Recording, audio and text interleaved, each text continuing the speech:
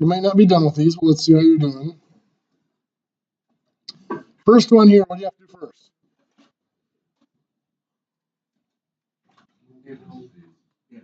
In the parentheses, yes, we're going to do the multiplication.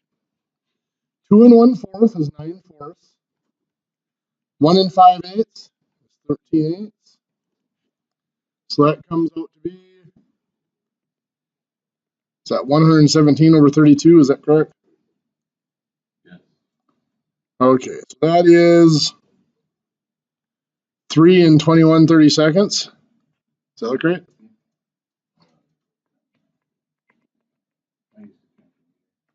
Okay. Now the 5 and 1/8, I'm going to make it 5 and 4/32 when I bring it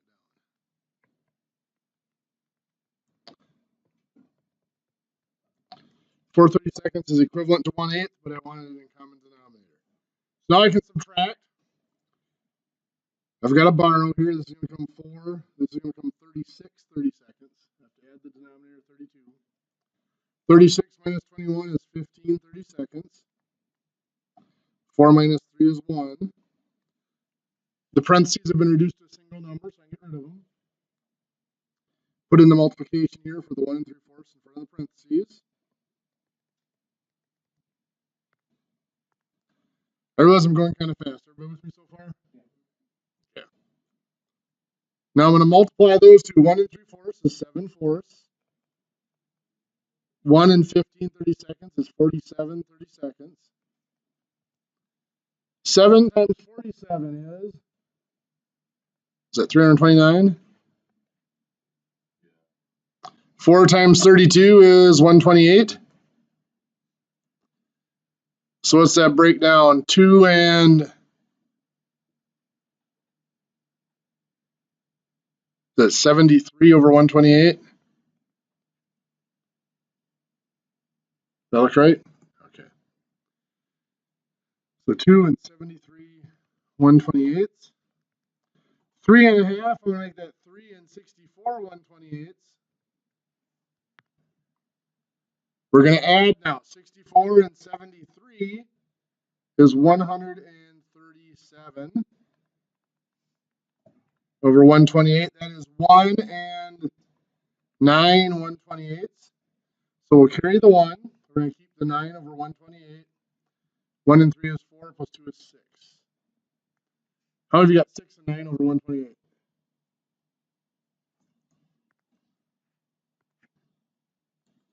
Any questions on that one? Like I said, I know I went a little fast.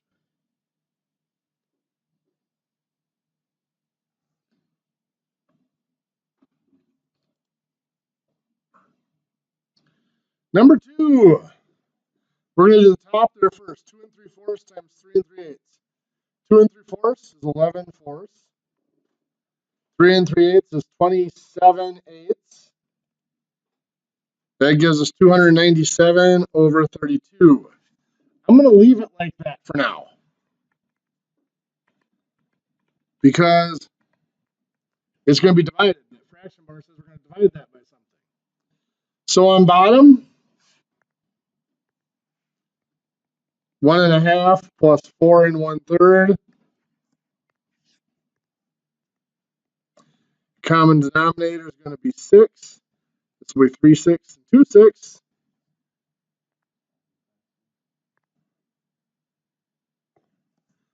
Three and 2 makes 5 6. 1 and 4 makes 5. So that's 5 and 5 6. 5 times 6 is 30, plus 5 is 35 over 6. Again, I had to put that as an improper fraction because we are dividing here. This divided by this, 297 over 32. We're actually going to multiply by the reciprocal, so it's going to be 6 over 35.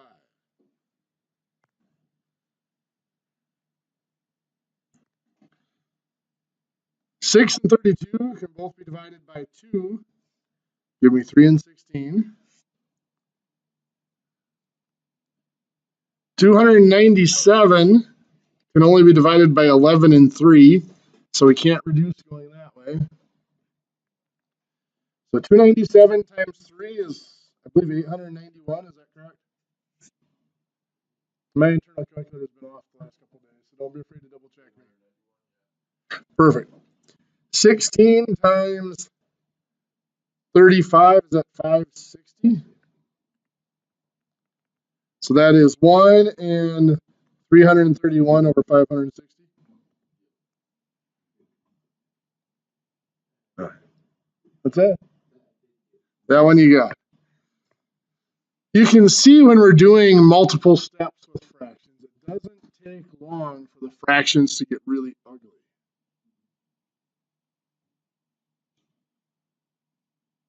(1/28) you'll actually encounter.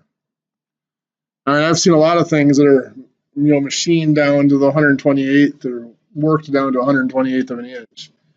560th you'll probably never see in practice. A lot of cabinet shops, by the way, this is wood, not metals, obviously, but they used to build their doors and stuff to 128th of an inch. I don't know what Mastercraft up here I think is going metric now. Or they've gone to decimal inches instead of.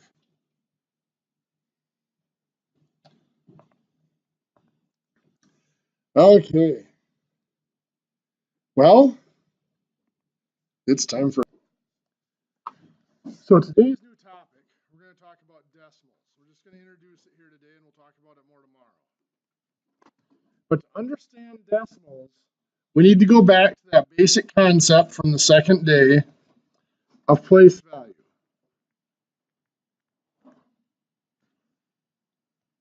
In fact, I'm going to give myself a little more space there.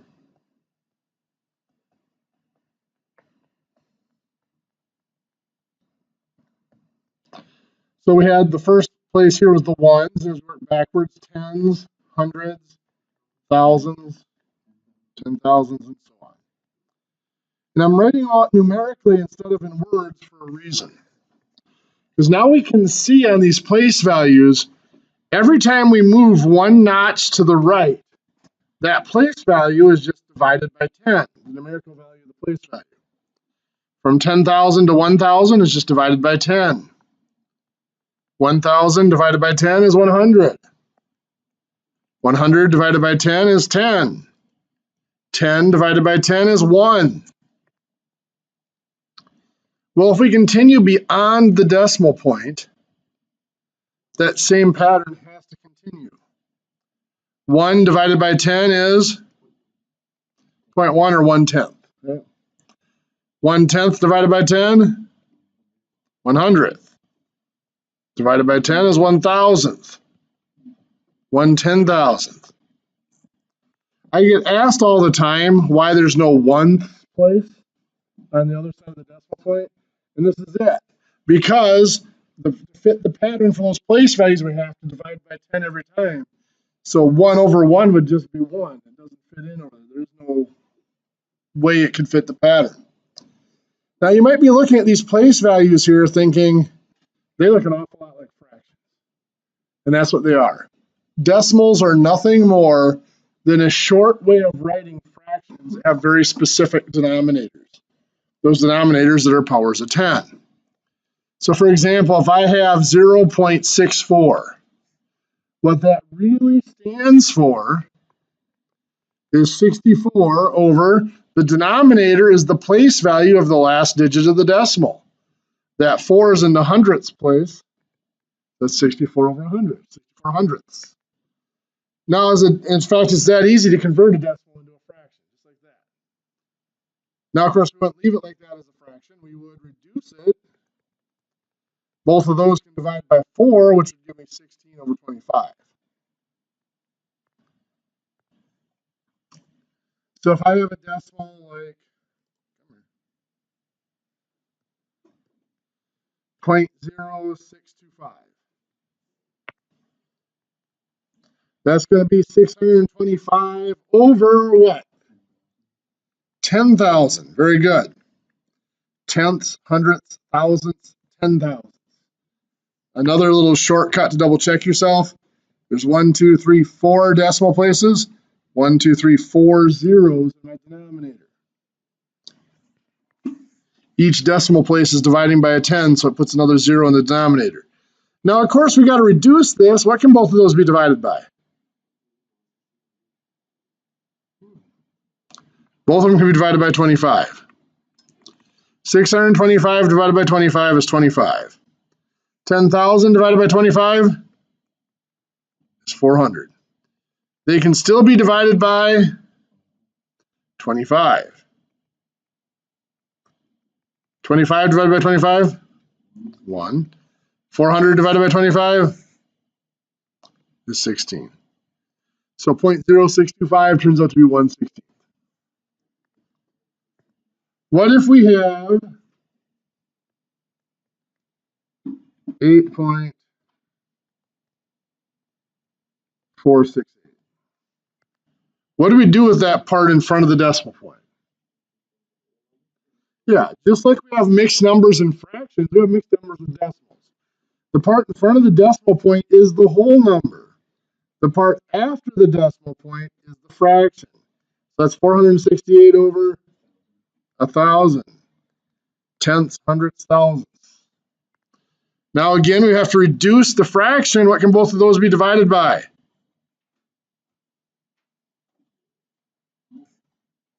Thank you. Let's try 4. 468 divided by 4 is 100 and what? 17. 1,000 divided by 4? 250. Can that be reduced any further? 117, but the only thing that can be divided by is 3. 3 and 30. Well, it can actually be divided by 9. 9 and 13, so that one's good. 250 can only divide by 2 and 5 and 10. So they're not going to reduce that. So are we done? What do I have to remember yet?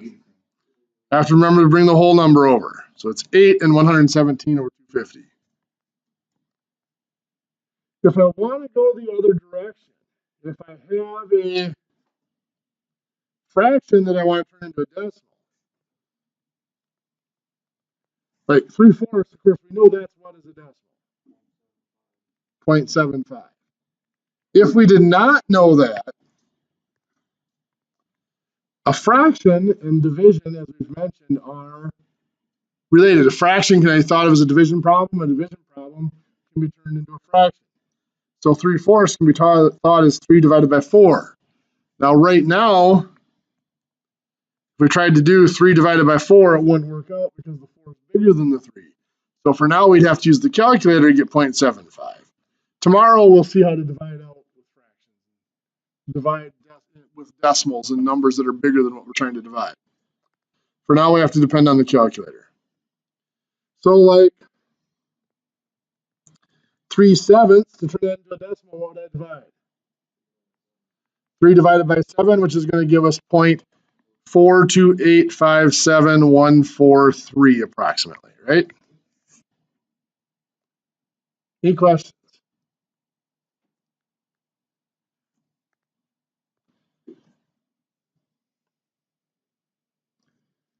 Now, something we're going to look at, something we're going to see in our decimals. If I do 2/9, I want to turn that into a decimal. 2 divided by 9 is point. Tell me when to stop. That's 2. It goes on forever, right? So, how do we express that keeps going on forever? Yeah, we only need 1 2, right? Because the 2 is repeated over and over again. There will be some that's more than 1 digit repeated, like 3/11. If we did 3 divided by 11, you're going to get 0.27272727, right? Yeah, that's going to be 0.27 of the line over the 2 and the 7. It is possible to have something like this. 0.7313131. How would we express that? There you go. It's the 3 and the 1 that repeat. So the 7 doesn't have a line over it, only the part that actually repeats. At some point when we talk about algebra, we'll come back and take a look at how do I convert this into a fraction. If a decimal repeats like that, it can always be converted into a fraction. So as ugly as this is, it can be converted into a fraction. It's actually, oh, what the heck is it?